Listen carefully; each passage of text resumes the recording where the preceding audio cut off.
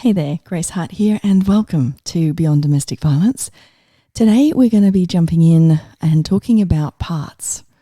Now, there's volumes and volumes of information out there, and I can't possibly cover even the tiniest of amounts. So I'm just sharing something with you to either invite you to go, yeah, nah, that's not for me, or go, this is something interesting, and I'm going to go Google, go explore.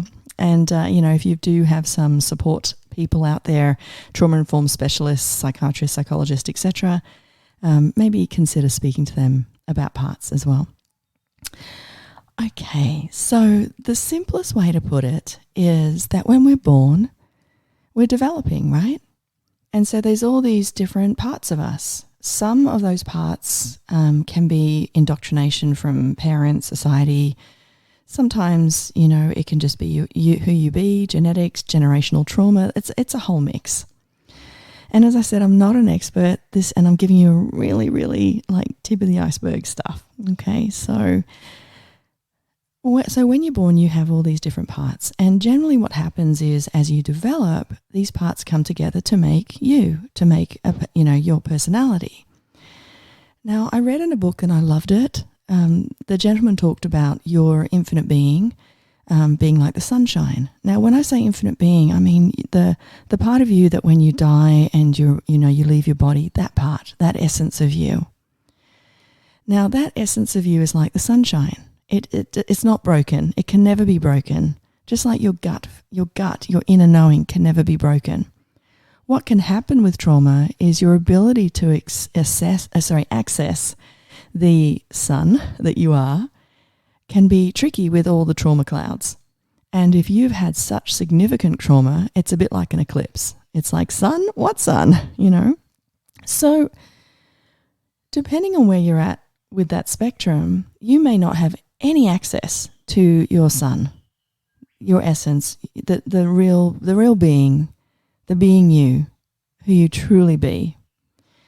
Or you may, in fact, have, enough trauma clouds that you still can see glimpses of who you are. Now, if you're paying all your attention to the trauma clouds and you really don't have access to the sun or very limited access to the sun, the you, what can happen is you think you're you, but you're actually the clouds. Or another way to put it is imagine a light bulb and you're the light. And if you were looking from outside in and that light bulb was covered in dirt or dust, you're not really going to have access to be able to see the light inside. However, if you cleaned the outside of the light bulb, you'll be like, oh, wow, there's a really bright light there. So it's the same thing when you're actually focusing on the parts or the trauma. You may not have access to the beauty that you be, and you may buy the lie that you're broken. You may buy the lie that you have no idea who you are, or something's wrong with you. And generally speaking, that's because you're focusing in on the trauma clouds and not realizing there's a bright, beautiful sun there. In other words, you, the being of you, it's untainted. The sun doesn't need to fix anything or change anything. It just shines. And when you're being you, it just shines. So you don't have to try to be you or change the sun so it shines different or anything like that. It's really just about realizing, are you looking at the clouds or are you being the sun? And your ability to perceive that will be dependent on where you are in the spectrum of how many trauma clouds. Are you in an eclipse? You can't even, and I'm smiling and giggling, and I don't mean that as a disrespect to you. I'm laughing because I've been there. It's like, I remember feeling like I had no choice. And when you have no choice, it's like blackout. You can't see the sunshine. You can't be the sunshine that you be. It's not accessible. There's not enough energy in your system to be able to choose to leave or be open to possibilities. Now, depending on how little access you have to your sun, if you have nearly nothing, it would look like depression. It would look like really having the parts take over. I did this exercise with this gentleman, and I will put his book called No Bad Parts. And Richard, the author, he talks about, getting to know your parts. And he does it beautifully. I highly recommend his book. And I'd get the audio because you can actually listen to his, he does lots of meditations or exercises more than meditations. And one of them was actually just quietening and being present with just allowing a part to come up. Now, a lot of you might say, what do you mean parts? And you may have had the experience where it's like, I want to do this, but I don't know if I should. Or I really want to do that, but I better not. Or you might have, an experience of, oh gosh, I've left the washing, I haven't put the washing out. Or I've got to phone such and such. Now, you may actually hear that as a voice, and I don't mean it as a voice like a separate voice to you, but it's like, when you remember something, that's a part. So parts can be dissociative or disenfranchised, and that's when they don't actually generate and create for you. They are wounded parts that in a moment of trauma or in moments of trauma where they realize they had no choice and they chose what they chose, why they chose it, to whether it's to keep safe or whatever it is, but it was always to protect you. However, now it might be years after the trauma and that part is still hopping in the driver's seat. So if you find yourself, emotional or reacting to things, getting triggered often, that would be a part. It's not the sun, right? When you're being the sun, when you're being you, there's none of that going on. Now, depending on how much trauma you've had, you may not even be the sun at all right now. I thought I was. However, these parts can get quite convincing that they're you. And then there's other parts that aren't disassociative or disenfranchised, and they're generative and creative. It's like a skill. If you learned how to fly, that's a great skill. It's empowering, it's creative. Or you might have learned how to do CPR. Fantastic. They're not things that will hurt you. They're things that, if you think of yourself as the sun is the inside of the flower, the center of the flower, and then there's a whole bunch of petals. And some of those petals are things like, I know how to do CPR, or I know how to fly, or, I'm really good at this. And, and it can also be that you have petals that are disassociative or disenfranchised.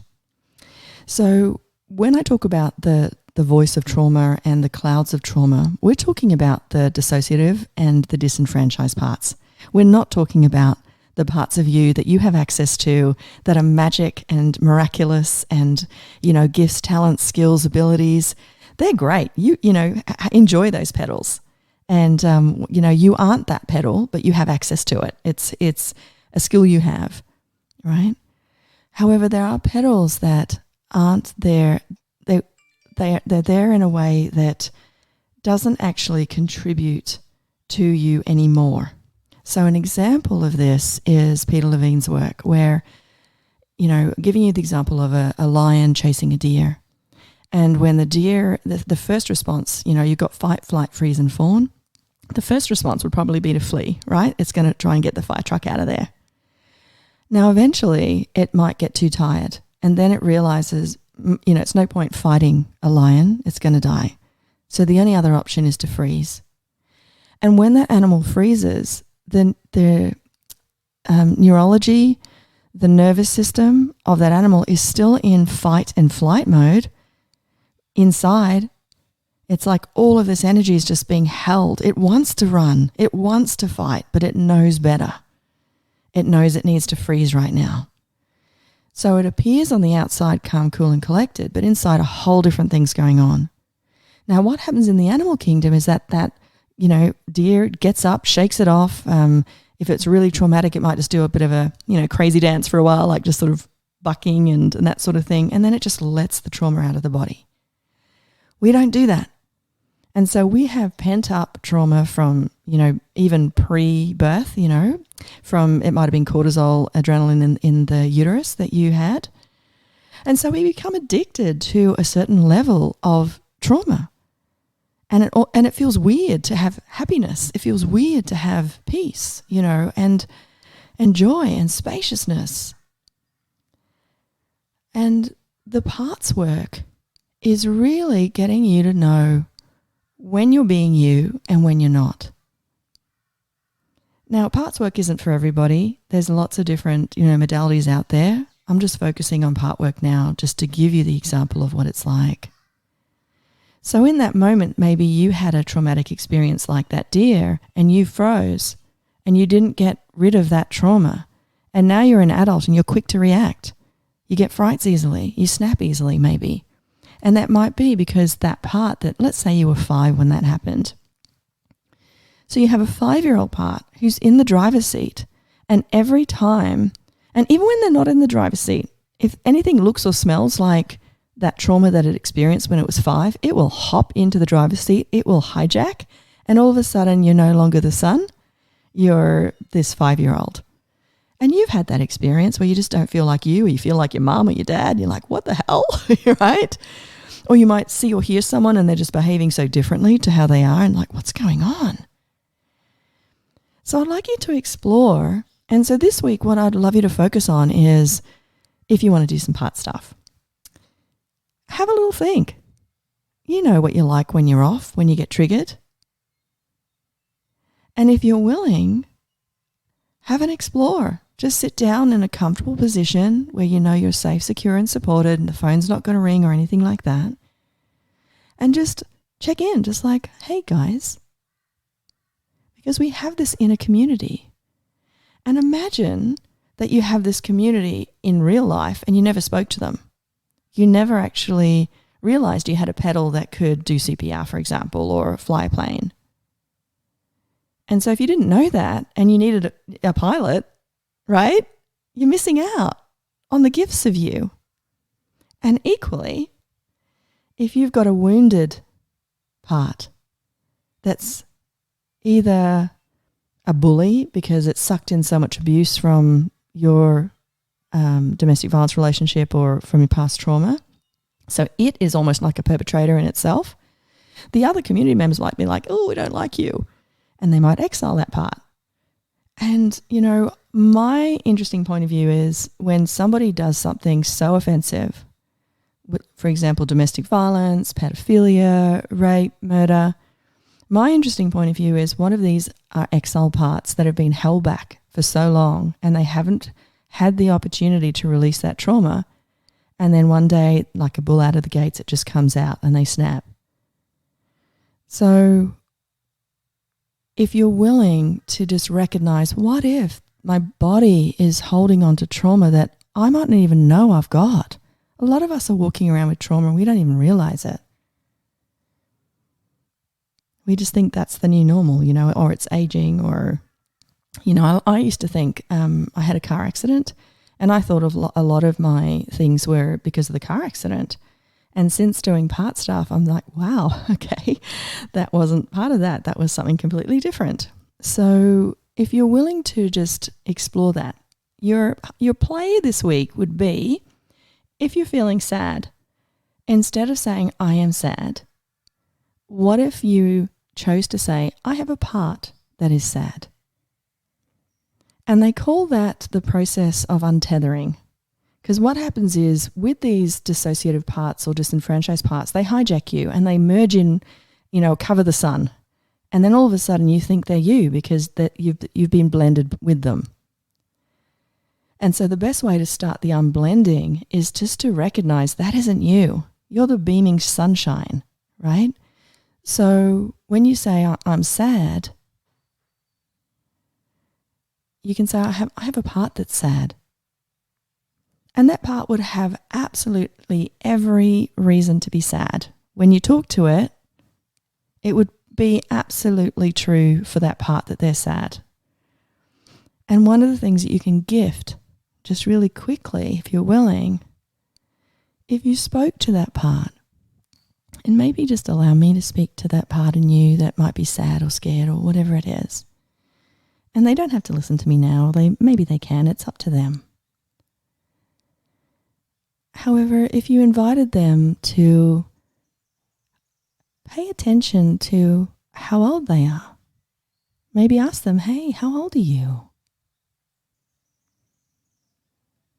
And you may also ask them what's going on, and they will respond how they respond. And, it might be like, I'm scared. And if it's scared, just say, hey, I can really see that you're scared. I'm so sorry. Is there anything I can be for you? What do you require? And they may just let you know. And the other super important thing is to let them know how old you are. Because a lot of times they don't realize that you've grown up. And so they're holding this fear that they had when they were little, thinking you're still that little. But when you let them know the age you are, and then let them know how amazing you are, and all the information you've got that would never happen again, you wouldn't allow it, you'll find that they may just instantly integrate. And there'll just be this sense of space, or you may have a tear fall. Because a lot of times these parts are just trying their best because they realize that the sunshine was unavailable at that time. You weren't available to help them. And you may even have a few parts that are angry at you for not being the sunshine, for not having their backs. But if you let them know how old you are now and that you're working on it, or maybe you're at a stage where you're actually, pretty much healed, you can say, I've got you. I've got this. You can go play now. And maybe say sorry. I'm sorry I wasn't there for you when you needed me. But let me be there for you now. And maybe as you're listening to my words, and if your parts are open to receiving that from you, you may notice that you're feeling a bit different. And one of the things this author said that really made me kind of go, wow, okay, that's super interesting. So one of the exercises that he did was he got you to just be open to receiving a part, and then he asked you, how do you feel about that part? Are you frightened of them? Do you feel protective towards them? How do you feel? And then after the exercise, he shared that when you have a feeling towards a part, that's a part. It's actually not the sunshine. And I was like, oh my goodness. And, I've got a group where we talk about this sort of stuff. And one of the ladies talked about how the universe slaps her. It gives her clues get stronger and stronger, then gives her a slap. And I made the comment that the universe doesn't do that. And it's the same thing with your being. Your being doesn't push. Your being doesn't force. Your being doesn't get scared. Your being, when you're being you, has total access to everything. And it would know what to do if it found itself in a situation where there was potential harm. So what tends to happen is that instead of us being the space of possibilities, when we're in trauma, and especially with domestic violence, we're in a very protective energy, a very solid, contracted energy. It's not expansive, because to be expansive is a threat. It doesn't feel safe. However, when you be the space, that's when all the potentials are there, and that's when all the possibilities are there. And that's where you might, bump into somebody or hear some information. Or, however, when you're in fear and you're just focusing on the particle instead of the wave, you only have access to your conclusions, your expectations, your fears, your doubts, your anxieties. So this week, as a way to create more space in your universe, and therefore more possibilities and more healing and more receiving and all that yummy stuff that you may not even think is possible right now, I get it. Just you saying, I have a part that's, and fill in the blanks, sad, terrified, no choice, feels like it's never going to change, feels hopeless, useless, worthless. Just say it as, I have a part. And also, if you're willing, have a chat to that part. However, just acknowledging that it's not you really helps, because you start to unblend, untether. And as you start to do that, that's sweeping those clouds away. And if you're willing to do this, you'll change the actual biochemistry. You'll change your addictive thought patterns to the level of cortisol and adrenaline that you're used to. It takes courage, because I'm asking you to step into a space and a world that maybe you don't know is possible, or on some level you do. I was watching a movie the kids mentioned called Free Guy with Ryan Reynolds. I think he's gorgeous. And there was a moment in the movie where it's a bit like the Truman Show, where he finds out that he's not real. He's part of a game or part of a show.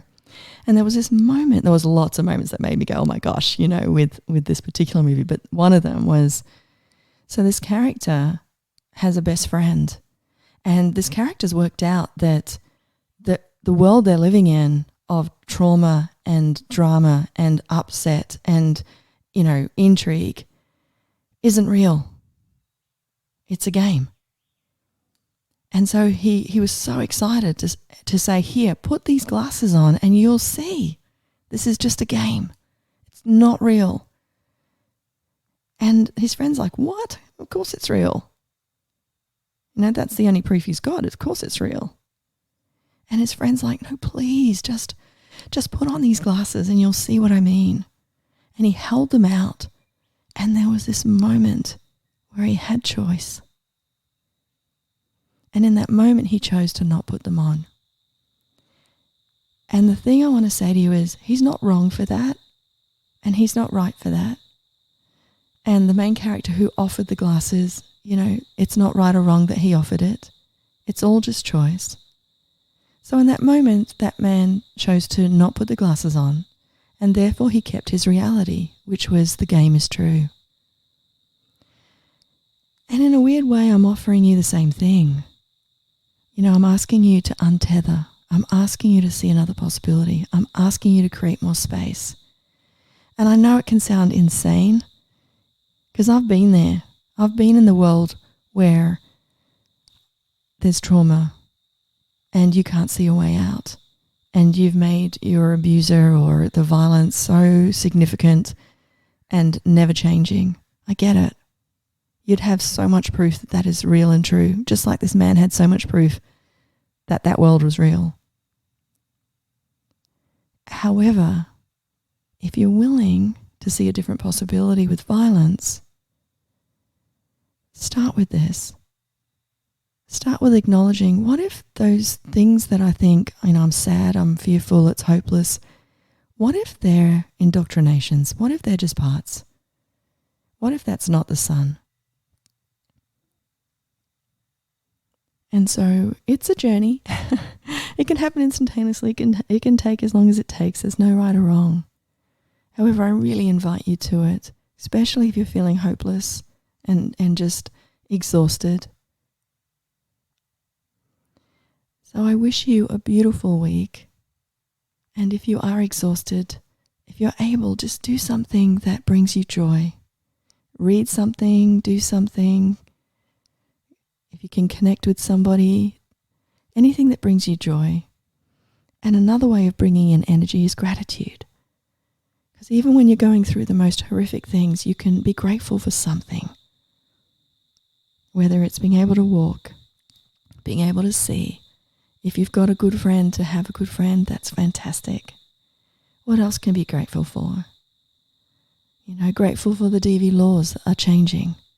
Grateful that there are digital footprints now that can really help you.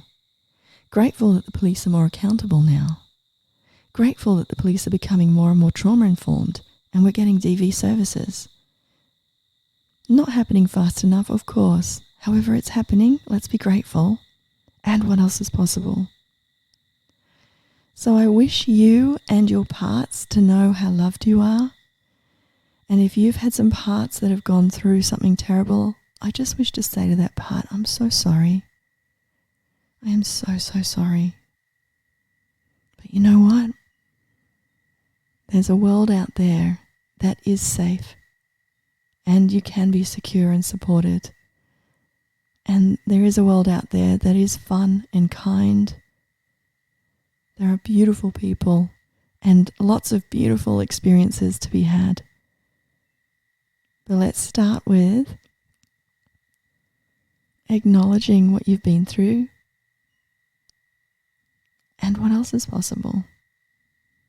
So I'll catch you next week. Have a beautiful week.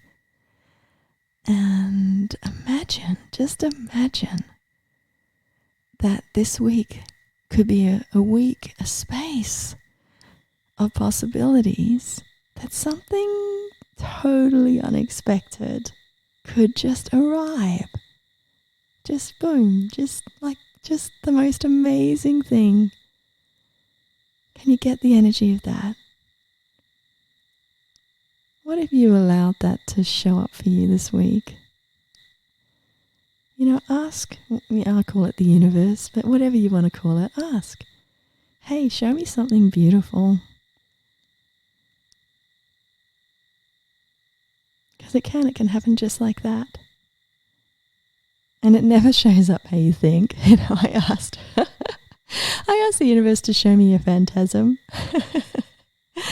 that would make me giggle. And anyway, I came back probably about 4 or 5 hours later. I came back home and I was just walking up the stairs, and I was just looking down when I was walking up the stairs. And as I got to the top, I just looked up, and there was this king parrot. And king parrots in Australia are quite big birds, and they've just got so many colours. And it just looked at me, and then it flew. And not in a frightening way. It just flew right up to my chest and then flew away. And when I said it flew away, it just flew back to where it was, which is like 30 centimetres, 40 centimetres away. And then we just stood and looked at each other. It was just beautiful. And then it flew again. It flew up to my head really close and just looked at me, and then just flew back down, and then just chatted with me. And it wasn't going anywhere. So I just sort of was there for enough time that I really had to get back inside.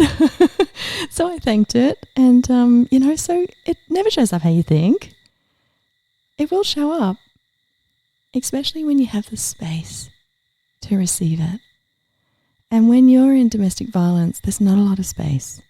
So let's start with creating some space.